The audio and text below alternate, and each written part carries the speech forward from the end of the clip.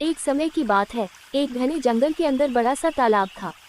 उस तालाब में बहुत सारी मछलियां रहती थीं, जिनमें से 3 मछलियां एक दूसरे की पक्की दोस्ती थीं। इन तीनों का स्वभाव बिल्कुल अलग था। इनमें से 2 बहुत समझदार थीं।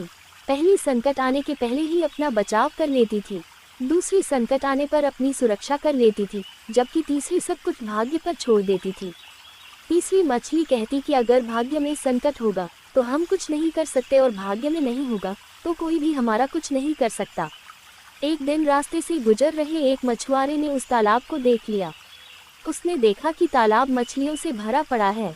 उसने तुरंत अपने बाकी साथियों को इस बारे में बताया।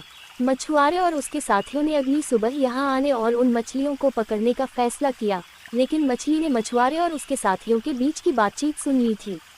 उसने तुरंत तालाब में रहने वाली सभी मछलियों को इकट्ठा किया और सारी बात बता दी। पहली मछली बोली कि हो सकता है कि कल मछुआरे आकर हमें जाल में पकड़ कर ले जाएं। उससे पहले ही हमें यह स्थान छोड़ देना चाहिए। तभी तीसरे नंबर की मछली बोली कि अगर वो कल नहीं आए तो यह हमारा घर है, हम कैसे इसे छोड़कर जा सकते हैं। अगर भाग्य में लिखा होगा तो हम कहीं भी हो मारे जाएंगे और नहीं लिखा होगा तो हमें कुछ नहीं होगा।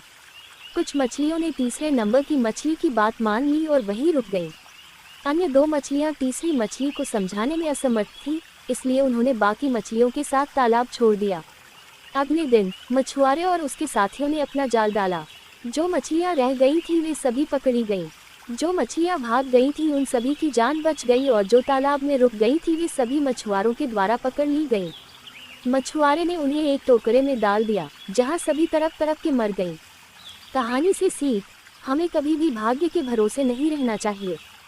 संकट आने के पहले ही उसे दूर करने का उपाय सोचकर रखना चाहिए।